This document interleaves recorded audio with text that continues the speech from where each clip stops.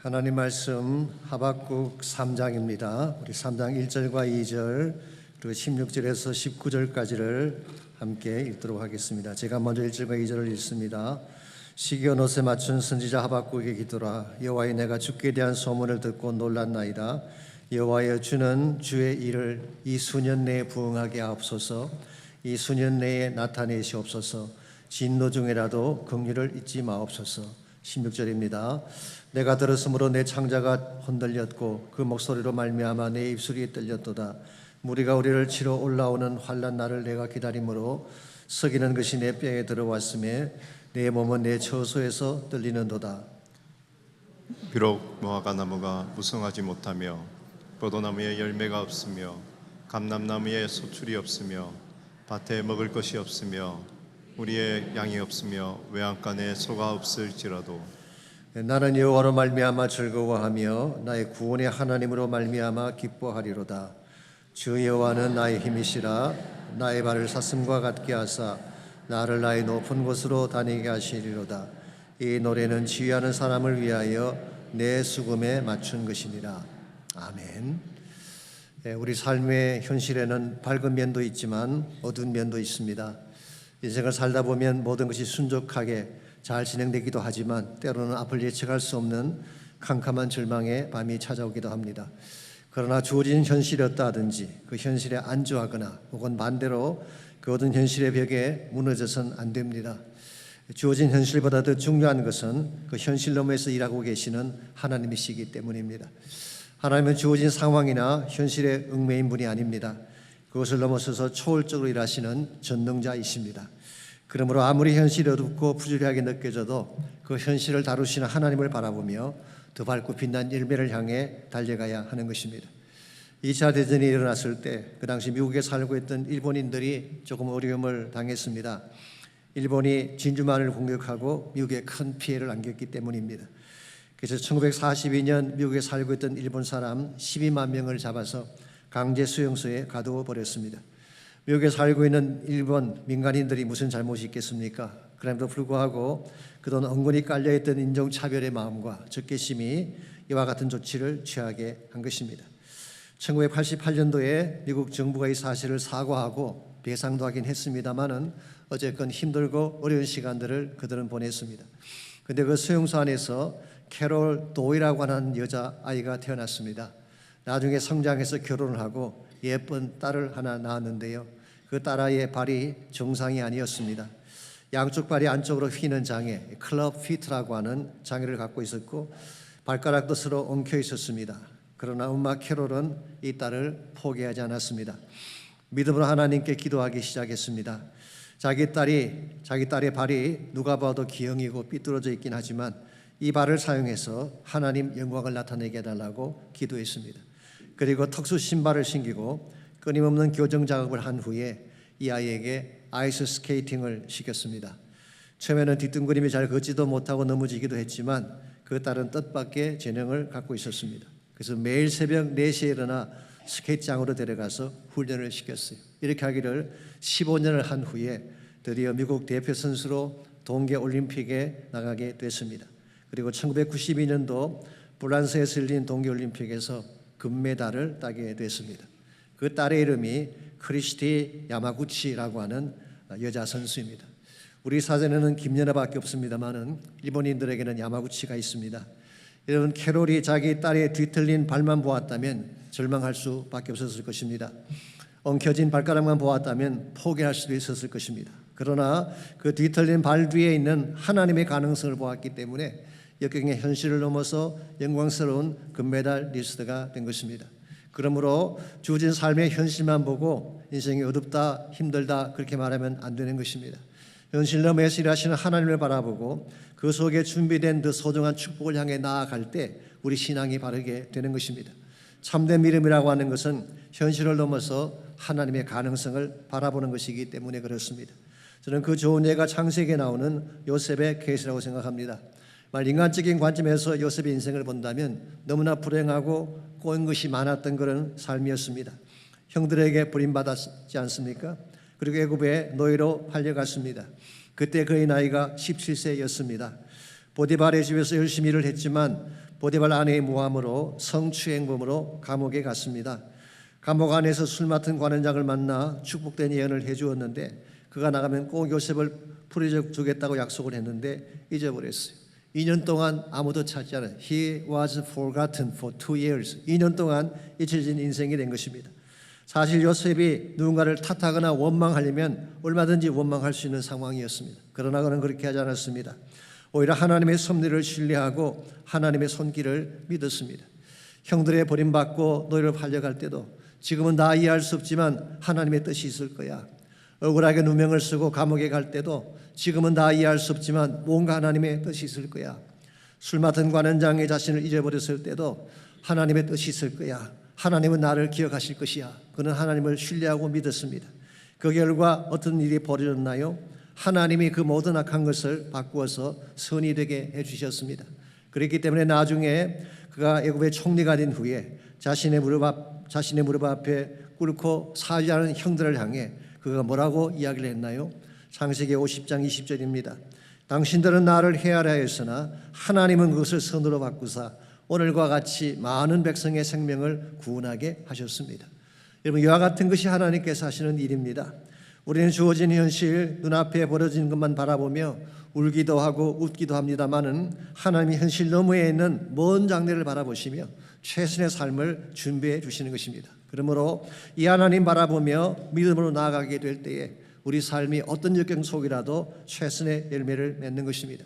그래서 외계 영성학자이면서도 상담가인 데이빗 시멘즈는 다음과 같은 질문으로 그전 삶의 방향성을 제시한 적이 있습니다. 탓할 것인가 믿을 것인가? Will you blame or will you believe? 여러분, 탓하며 살 수도 있고 하나님을 믿으며 살아갈 수도 있습니다. 여러분은 믿으며 살 것입니까? 탓하며 살아갈 것입니까? 탓한다고 해서 어떤 현실이 떠나가는 것은 아닙니다. 오히려 상처만 더 깊어질 가능성이 많죠. 근데 하나님을 믿게 되면 하나님이 우리 현실을 바꾸어서 복이 되게 하시는 것입니다. 이런 측면에서 우리에게 주어진 역경이 아무리 심각한 것이라고 할지라도 탓하며 불행을 씹으며 살기보다 하나님을 신뢰하며 이 현실 너머에서 일하시는 하나님을 바라보며 살아가게 될 때에 우리 인생에 더 아름답고 존귀한 열매를 맺는 것입니다. 비록 우리의 삶의 현실은 힘들고 어렵지만 어떻게 하면 하나님을 믿음으로 말미암아 더 높은 차원의 인생을 향해 달려갈 수 있을지 같이 봉독한 본문을 가지고 이것을 함께 정리해 보려고 합니다. 오늘 같이 읽은 본문에 보시면 최악의 현실에도 불구하고 하나님께 올려드렸던 하박국 선지자의 기도와 찬양이 소개가 되어 있습니다. 먼저 1절 말씀 보겠습니다. 시기 오롯에 맞춘 선지자 하박국의 기도라. 이 시기 오롯이라고 하는 것은 노래 제목이 아닙니다. 노래 형태를 말하는 것입니다. 문자적으로 흔들린다, 비틀거린다, 방황한다 그런 뜻을 가지고 있다고 합니다. 그러므로 시기 오롯에 맞춘 노래는 억울함과 절망과 혼란 속에서 터져나오는 영혼의 떨림을 나타내는 노래인 것입니다. 그냥 가볍게 부를 수 있는 강남 스타일 같은 그런 노래가 아니에요. 무게가 담겨있는 애절함이 깊은 노래를 말하는 것입니다. 그러나 시기 오롯은 단순히 슬픔과 절망으로 끝나는 노래가 아닙니다. 이 절망 뒤에 찾아올 하나님의 회복을 함께 노래하는 것입니다. 그래서 유명한 구약 성경학자인 월터 카이저는 그렇게 소개했어요. 시기 오롯이라고 하는 것은 절망에서 시작해서 기도로 나아갔다가 확신이 주어지게 되고 찬송으로 이어지는 영성 여정의 음악이다, 그렇게 표현하기도 했습니다. 하박국서 3장 전체의 내용이 이런 노래를 소개하고 있는 것입니다. 먼저 그 당시 하박국이 겪었던 상황을 보게 되면 절망과 고통의 현실이었습니다. 하박국은 바벨론 침공이 임박한 주전 600년경에 남쪽 유다에서 살아있던 선지자입니다. 그 당시 유다 왕은 여호야김 왕이었습니다. 가장 사악한 왕 중에 하나이죠. 예레미야를 핍박하고 하나님의 두루마리책 성경을 불태워버렸던 경건치 못한 그런 왕이었습니다. 그 결과 나라는 부패하고 외적으로는 바벨론 느부갓네살의 침공을 앞둔 시기로서 비유하자면은 말기암 환자 같은 상황이 그 당시 유다의 상태였습니다. 이제 얼마 지나지 아니하면 성벽이 무너집니다. 성전이 불타게 되고 수많은 백성들이 죽임을 당하거나 포로로 끌려갈 절대 절망의 상황이었습니다. 이런 절망의 상황에서 하박국이 뭘 했나요? 하나님께 기도를 드립니다. 2절 말씀입니다.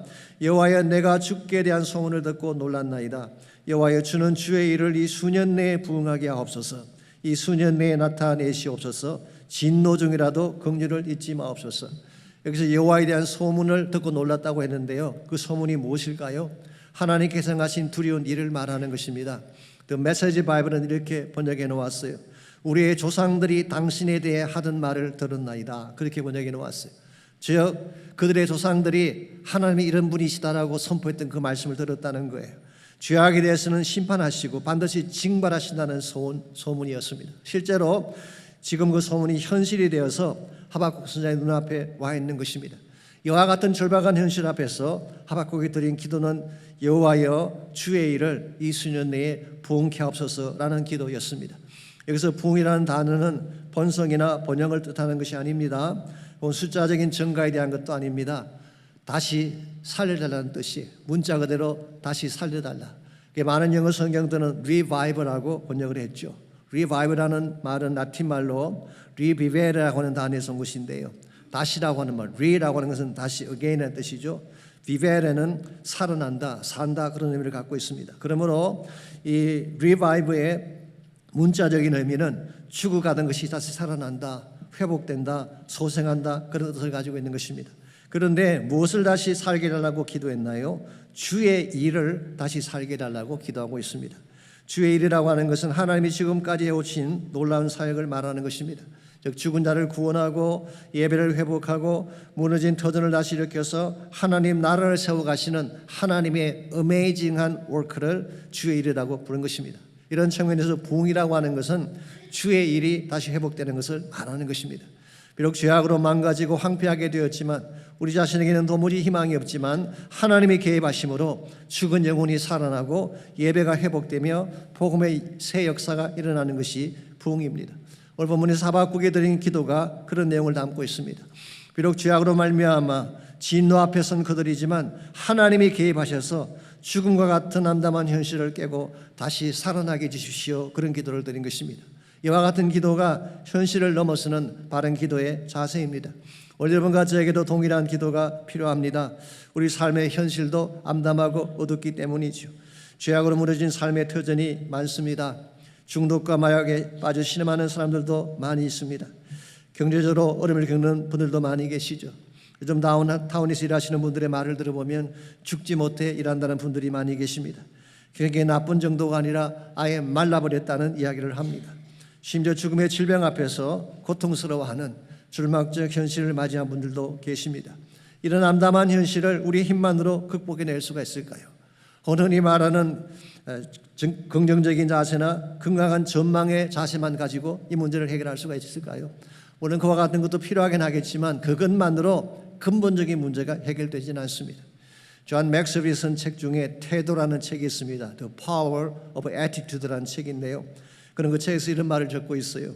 태도는 실력을 대신할 수 없다. 그런 말을 했어요.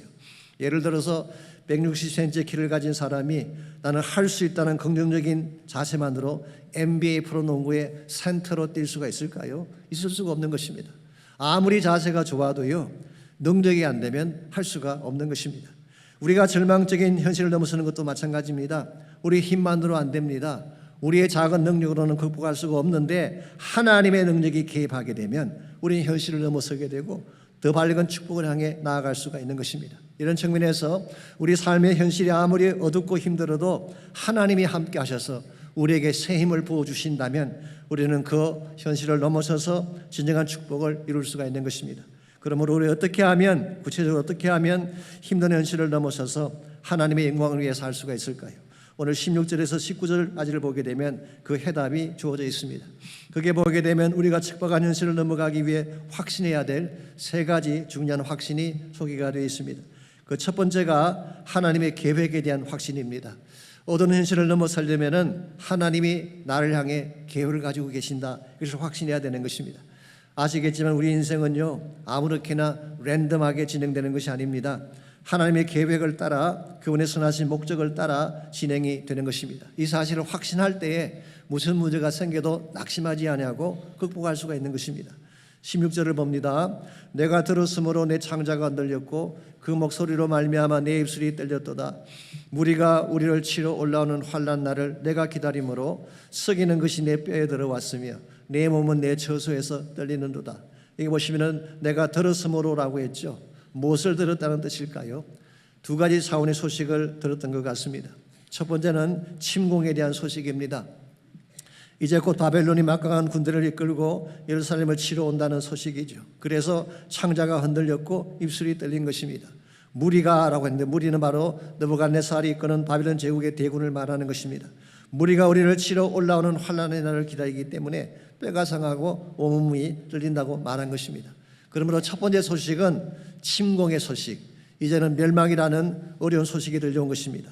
두 번째는 그럼에도 불구하고 그 진노와 절망 속에서 그들을 건지실 주님의 오심에 대한 소식을 들은 것입니다. 즉 주어진 현실은 어둡지만 그러나 우리 가운데서 하나님이 우리를 건져내실 구원의 계획이 있다는 그런 이야기예요. 제가 조금 더 부연 설명을 드리자면 이런 것입니다. 아신 대로 유다는 바빌론에 의해서 짓밟히게 됩니다. 그들이 자랑했던 성전은 불타게 되고 백성들은 갈고리에 꿰어서 포로가 되어 끌려갔습니다. 이것이 주전 586년에 일어났던 역사적인 사건이죠. 그런데 이것이 스토리의 끝이 아니라는 것입니다. 70년 뒤에 그들은 다시 돌아옵니다. 그때 인도했던 사람이 스룹바벨이었습니다. 그는 무너진 예루살렘의 터전을 다시 닦고 성전을 지어서 하나님께 영광을 돌렸습니다. 그러나 이것이 회복의 마지막 결론은 아닙니다. 여러분 스룹바벨이 누구인지 아십니까? 스룹바벨은 물론 유다 총독이기도 했지만 그 당시에 다윗의 후손이었습니다. 마태복음 1장 예수님 족보를 보게 되면 스룹바벨이 나옵니다. 그러므로 스룹바벨을 통해 메시아 라인이 계속되었고 그 결과 오신 분이 바로 예수 그리스도이십니다. 그러므로 하나님의 계획은 유다 백성을 멸절시킴에 있지 않았습니다. 그들이 범죄했기 때문에 그들도 돌이킬 수 없을 만큼 범죄했기 때문에 그들을 치긴 하셨지만 그들을 70년간 바벨론 포로라고 하는 용광로 속에 넣어서 그들을 정결케 하신 후에 다시 빚어내기를 원하셨던 것입니다. 그 결과 다윗의 후손으로 오실 메시아를 통해 모든 어둠의 권세를 진멸하시고 영원한 하나님 나라를 세우는 것, 이게 바로 하나님의 계획이었어요. 이와 같이 하나님은 당장 보게 되면 심판하신 하나님처럼 보이지만 사실 심판 뒤에 하나님은 그들을 다시 회복할 계획을 가지고 계신, 항상 기억하실 것은 이것입니다. 주어진 현실보다 하나님의 계획이 훨씬 더 깊고 창대한 것입니다. 이 계획을 정확하게 알 때에 현실이 아무리 악하게 변해도 우리는 낙심하지 않는 것입니다. 실제로 예레미야 29장 10절 10절은 이렇게 기록하고 있습니다. 이 말씀은 예루살렘이 멸망하기 직전에 예레미야 선지자를 통해 선포하신 하나님의 약속이죠. 먼저 10절입니다. 여호와께서 이와 같이 말씀하시니라. 바벨론에서 70년이 차면 내가 너희를 돌보고 나의 선한 말을 너희에게 성취하여 너희를 이곳으로 돌아오게 하리라. 즉 바벨론 포로가 스토리의 끝이 아니라는 것입니다. 70년이 차면 다시 돌아오게 하겠다. 회복을 약속하셨어요. 그리고 11절을 계속 보겠습니다. 여호와의 말씀이니라. 너를 향한 나의 생각을 내가 아나니 평안이요 재앙이 아니니라. 너희에게 미래와 희망을 주는 것이니라. 너를 향한 나의 생각을 내가 안다고 했는데요, 우리말 번역은 생각이라고 번역을 했지만 사실은 플랜, 계획이라는 뜻입니다. 많은 영어 성경들은 플랜이라고 번역을 해놓았어요. 자, 하나님의 계획은 어떤 것일까요? 재앙을 주는 것이 아니라 평안을 주는 것입니다. 미래의 소망을 주는 계획이라고 합니다. Plans to give you hope and future. 너희들의 장래에 희망을 주고 축복을 안겨주는 계획. 이게 하나님의 계획이에요. 여러분과 저를 향한 계획도 동일합니다. 하나님 우리에게 하드타임을 주시고 저주와 어둠을 주시는 것이 하나님의 계획이 아니에요. 비록 우리가 잘못을 범했을지라도 예수님 피로 깨끗하게 하신 후에 참된 평안과 회복을 주시는 것이 하나님의 플랜이에요. 이것을 확신해야지 무슨 일을 당해도 낙심하지 않는 것입니다. 비록 지금은 어려움을 겪고 있지만 하나님은 나를 위해 더 밝고 견고한 소망을 준비해 놓고 계신다. 이걸 믿을 때에 우리는 어려움에도 불구하고 극복할 수가 있는 것입니다. 그래서 로널드 맥클로우가 쓴 책 중에 광야를 지나는 법이라는 책이 있습니다. 그는 이 책 속에서 크리스천 삶을 이렇게 묘사해 놓았어요. 우리는 굿 프라이데이와 이스터, 즉 성금요일과 부활절 사이에서 살고 있다. 이런 재미있는 이야기를 했습니다. 굿 프라이데이가 어떤 날인가요? 모든 것을 강탈당하고 처참하게 죽임당한 날이죠. 그러므로 이 굿 프라이데이만 보게 되면 절망입니다. 처참하게 두들겨 맞고 피를 흘리고 죽은 사건이니까. 그런데 사흘 뒤에 이 모든 고통을 뒤로하고 부활의 새 아침을 맞이한다는 것입니다. 오늘 여러분의 인생에도 납득할 수 없는 프라이데이가 찾아올 수가 있습니다.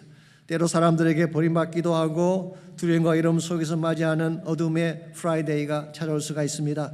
심지어 죽음의 절망까지 가는 고통의 프라이데이가 우리 삶을 가로막을 수도 있죠. 그러나 이것이 스토리의 끝이 아니라는 것입니다. 하나님은 이스터 모닝, 부활절 아침을 준비하고 우리에게 진정한 차원의 축복과 생명을 주실 것이기 때문이에요. 그러므로 현재 주어진 어둠만 보면 안 됩니다. 어둠 뒤에 준비해 놓으신 하나님의 계획을 봐야 돼요.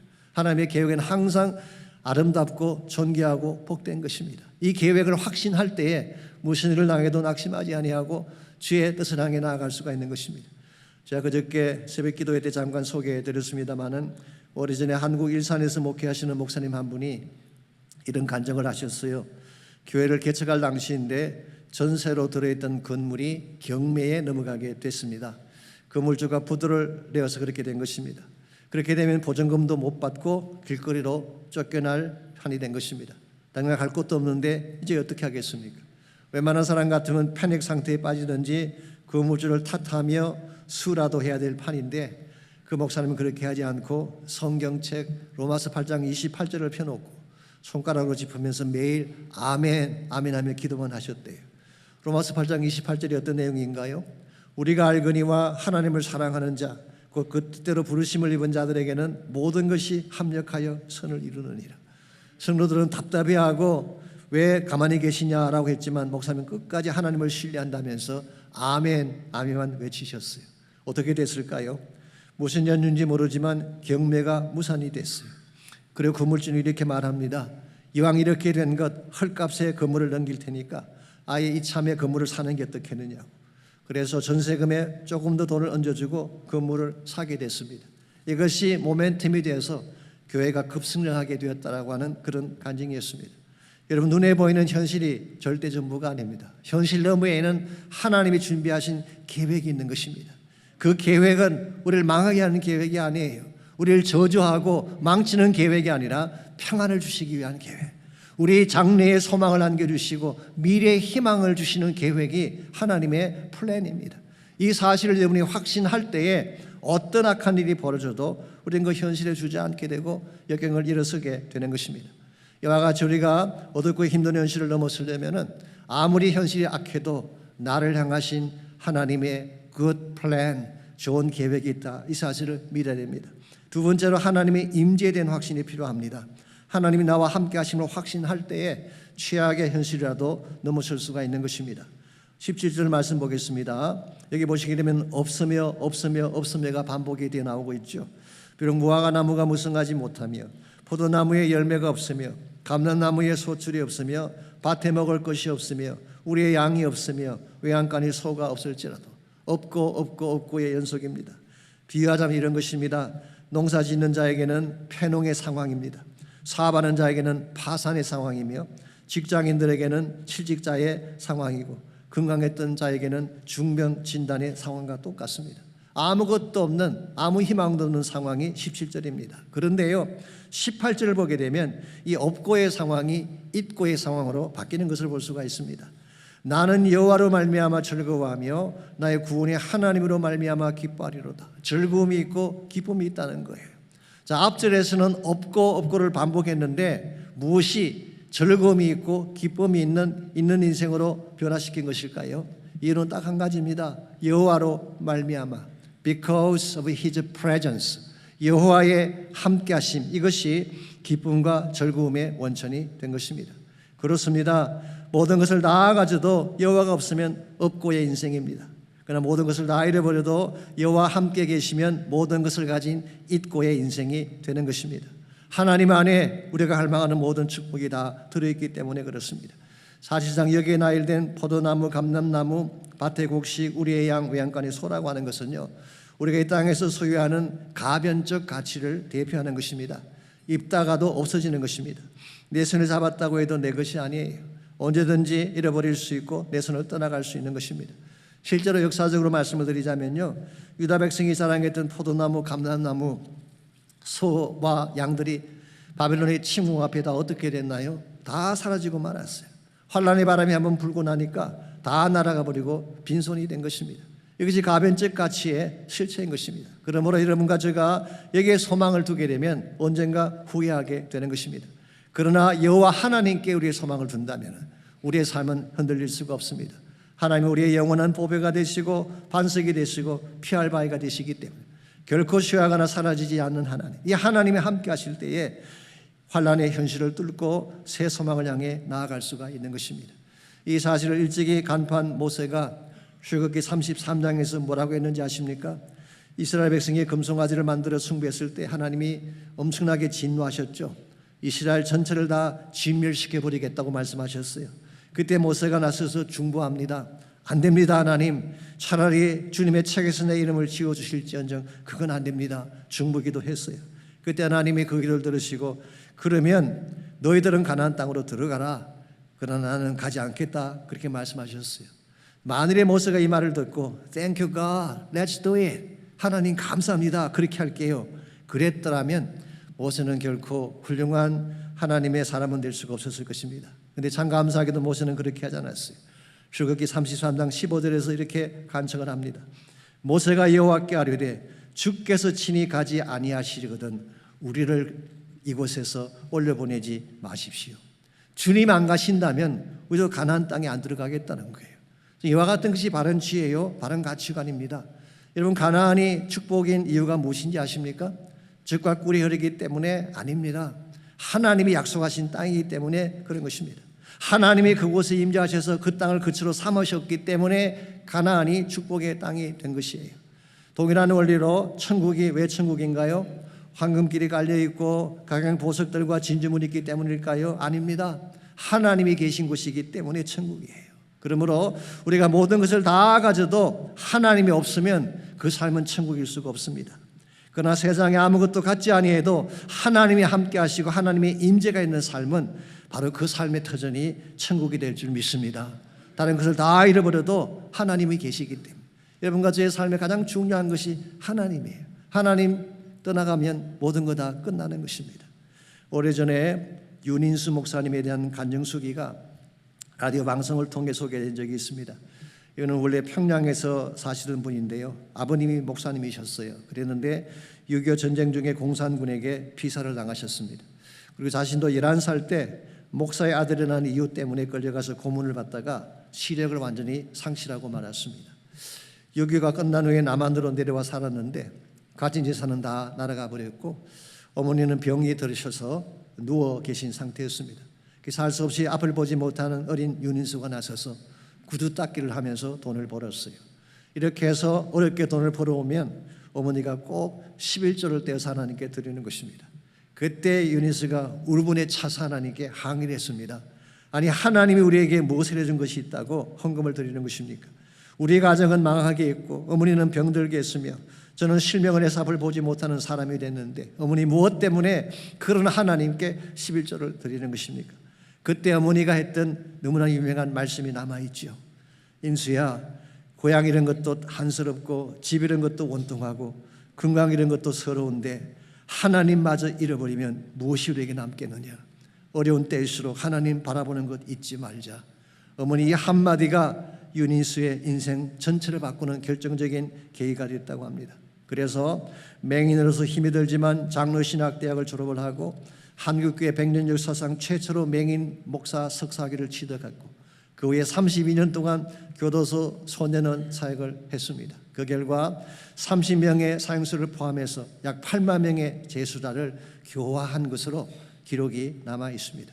이와 같은 것이 현실을 뛰어넘는 믿음의 삶이라고 생각합니다.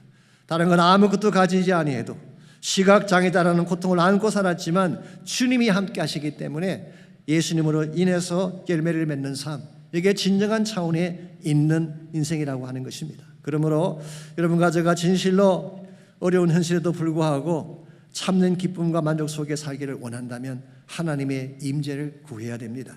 하나님이 함께 하실 때에 아무 것을 가지지 못해도 가장 부유한 인생이 되는 것입니다. 그러나 반대로 하나님 떠나가게 되면 우리 인생은 없는 인생으로 전락하는 것입니다. 이와 같이 여러분과 제가 주어진 현실을 넘어서려면 1차적으로 하나님의 계획을 확신해야 됩니다. 나를 향하신 선하신 계획, 재앙이 아니라 평안을 주시기를 원하시는 미래의 소망을 주시기를 원하시는 그 계획을 먼저 확신해야 돼요. 두 번째, 하나님의 임재를 확신해야 됩니다. 하나님이 함께 하시면 있는 인생이 되고 하나님이 떠나시면 없는 인생이 된다는 사실, 이 사실을 기억하고 하나님이 중심에 계시는 인생을 살 때에 우리 삶이 극대화되는 것입니다. 마지막 세 번째로, 어둡고 힘든 현실을 넘어서려면은 하나님의 능력을 확신해야 됩니다. 하나님의 능력을 확신하게 될 때에 우리 삶의 변화가 일어나는 것입니다. 진정한 능력은 우리 안에서 나오는 것이 아닙니다. 세상에서 나오는 것도 아니죠. 오직 한 분 하나님으로부터 나오는 것이 참된 능력입니다. 19절을 봅니다. 주 여호와는 나의 힘이시라. 나의 발을 사슴과 같게 하사 나를 나의 높은 곳으로 다니게 하시리로다. 주 여호와는 나의 힘이시라. 영어 성경 보시면 Sovereign Lord is my strength, 그렇게 번역이 되어 있어요. 전능하신 절대적 권세를 가지신 주님이 나의 능력이다, 그렇게 고백한 것입니다. 이 전능하신 절대적 권력 가지신 주님이 우리의 능력이 되시면 어떤 역사가 일어날까요? 나의 발을 사슴과 같게 하사 나를 높은 곳으로 다니게 하신다고 말씀하고 있습니다. 여러분, 성경은 가끔 우리 성도의 삶을 독수리에 비유하기도 합니다마는 오늘 본문은 사슴에 비유를 하고 있습니다.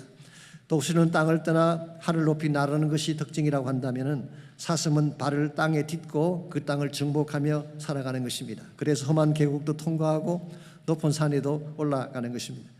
독수리같이 창공을 나르는 삶도 필요하겠지만 때로는 사슴과 같이 고난의 계곡을 통과하고 어려운 현실을 딛고 높은 산을 향해 뛰어오르는 용기 있는 삶도 필요한 것입니다. 그때에 더 깊은 차원의 은혜를 누릴 수가 있는 것입니다. 자, 이와 같이 여러분과 저의 삶이 계곡을 넘어서서 높은 산을 향해 올라가려면 뭐가 필요할까요? 하나님의 능력이 필요한 것입니다. 나의 힘으로 올라갈 수가 없습니다. 나의 힘으로 계곡을 통과할 수가 없는데 하나님이 함께 하시면 오르지 못할 곳이 없는 높은 차원의 인생이 되는 것입니다. 이런 측면에서 우리 삶 속에 어떠한 역경의 계곡이 주어질지라도 하나님의 능력을 붙드시기 바랍니다. 그 능력을 붙잡게 되면 하나님이 우리의 발을 사슴발 같게 되게 하셔서 높은 곳으로 올라가 영광된 삶을 누리게 하신다고 약속하고 있습니다. 사랑하는 성도 여러분, 우리 인생의 여정 결코 쉽거나 평탄하지 않습니다. 우리는 원치 않았지만 고난의 계곡을 통과할 때도 있고 불가능의 골짜기를 건너야 될 때도 있습니다. 그때 여호와께서 함께해 주신다면 그 사망의 골짜기를 넘어서 마침내 영광의 산, 생명의 산에 올라갈 수가 있는 것입니다. 이와 같은 하나님의 능력을 경험하려면 뭐가 필요할까요? 기도가 필요한 것입니다. 우리가 기도하게 되면 하나님의 능력이 우리 현실 속에 임하셔서 우리의 현실을 바꿔 주시는 것입니다. 광고에서 보신 것처럼 8월 중보기도 축제가 얼마 남지 않았습니다마는 몇 년 전에 어떤 집사님 한 분이 저에게 오셔서 이렇게 말씀하셨어요. 목사님, 지난번 중보기도 축제 때 저에게 안수 기도를 해주셨는데 기억이 나시냐고. 제가 기억이 납니다 그랬어요. 그랬더니 이렇게 설명을 하셨어요. 사실은 그때 유방에 암세포가 있다고 해서 너무 두렵고 힘이 들어서 목사님께 기도를 부탁드렸는데 기도받고 다시 가서 검사를 했더니 암세포가 없어졌대요. 이 의사가 의심쩍은지 3번을 더 검사했는데 여전히 암세포가 없다는 것입니다. 그러면서 저에게 이렇게 물으셨어요. 목사님, 처음부터 암세포가 없었던 것일까요? 아니면 기도받고 없어진 것일까요? 여러분 생각에는 어느 쪽이 맞다고 생각하십니까? 저는 후자라고 생각합니다. 자, 그렇지 않다면 왜 처음부터 아무것도 없었으면 뭐 때문에 의사가 3번씩이나 다시 검사를 했겠습니까? 사랑하는 성도 여러분, 기도의 현실성을 믿으시기 바랍니다. 기도는 실제적인 능력이고 기도하면 실제로 질병이 떠나가고 결박이 풀리고 닫힌 문이 열리는 것입니다. 기도에는 신비로운 하나님의 능력이 함께하기 때문에 그렇습니다. 그러므로 무슨 문제를 당하든지 혼자서 신음하지 마십시오. 모든 것을 응답해 주실 하나님께 나가 부르짖으시기 바랍니다. 그때 기적이 일어납니다.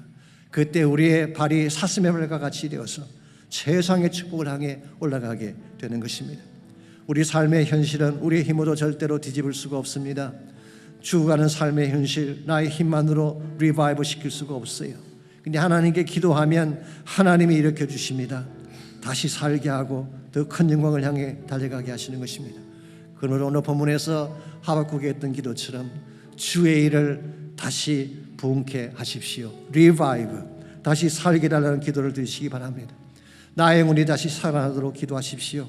내 가정에 다시 부흥이라도 기도하십시오. 하나님의 교회에 우리 민족에게 다시 부흥의 선언이 올 수 있도록 여러분 기도하며 나가는 시간이 있기를 바랍니다. 우리의 현실이 아무리 암담해도 하나님의 계획을 꼭 믿으세요. 하나님 우리를 사랑하시고 언제나 최선의 계획으로 여러분을 맞아 주십니다. 다른 것 가지지 못해도 하나님 모시고 사시기 바랍니다. 예수님 가진 자는 모든 것을 가진 것입니다.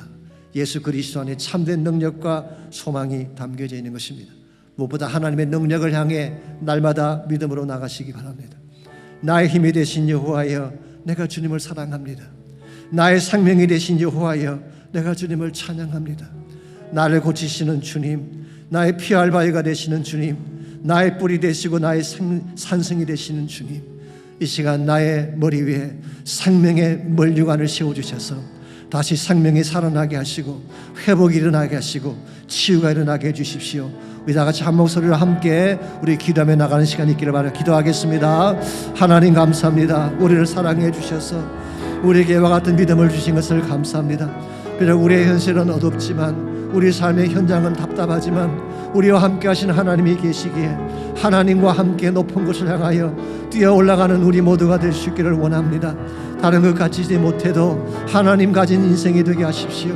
다른 것은 수여하지 못하도 전능하신 주님의 능력을 붙잡고 기도하는 우리 모두가 되게 하여 주셔서 하나님의 사랑을 경험하게 하시고 하나님의 생명을 체험하게 하시고 주의 도우심의 손길을 경험하고 드높고 빛난 곳을 향하여 나아갈 수 있는 저희 모두가 되게 하여 주시옵소서.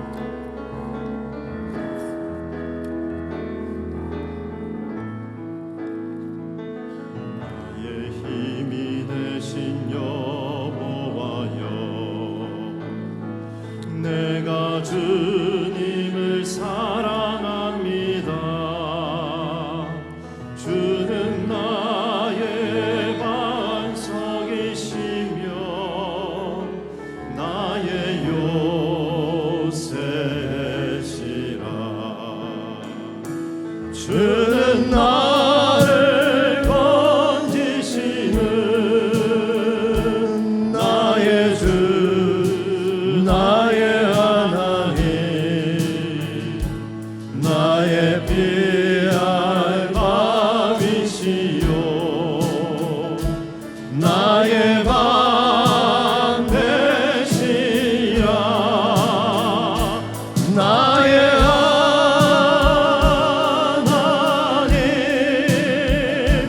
나의 하나님,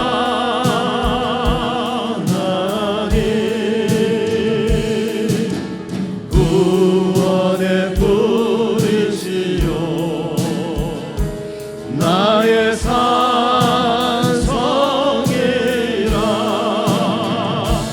나의 하나님, 나의 하나님,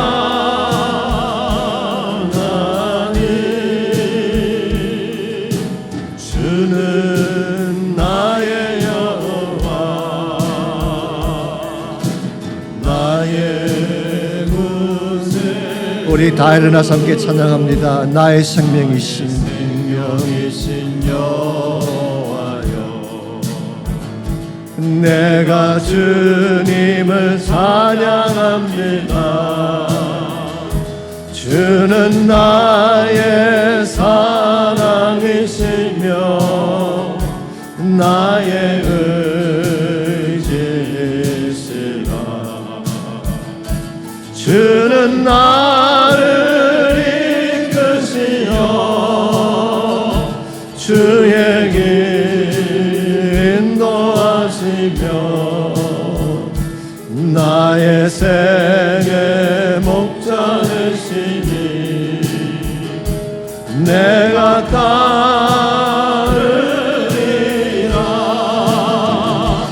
나의 하나님, 나의 하나님,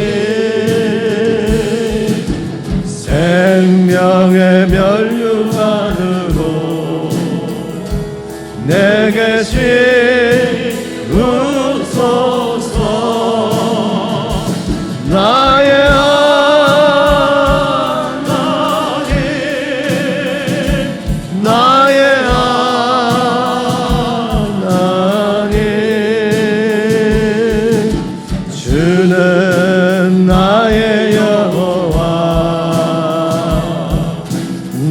나의 구세. 다시 한번 선포합니다. 나의 하나님, 나의 하나님, 나의 하나님, 구원의 뿌리시여, 구원의 뿌리시여, 나의 산성이라. 나의 하나님,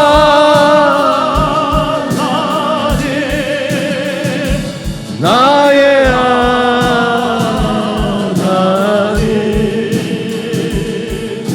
주는 나의 여호와, 나의 구세주.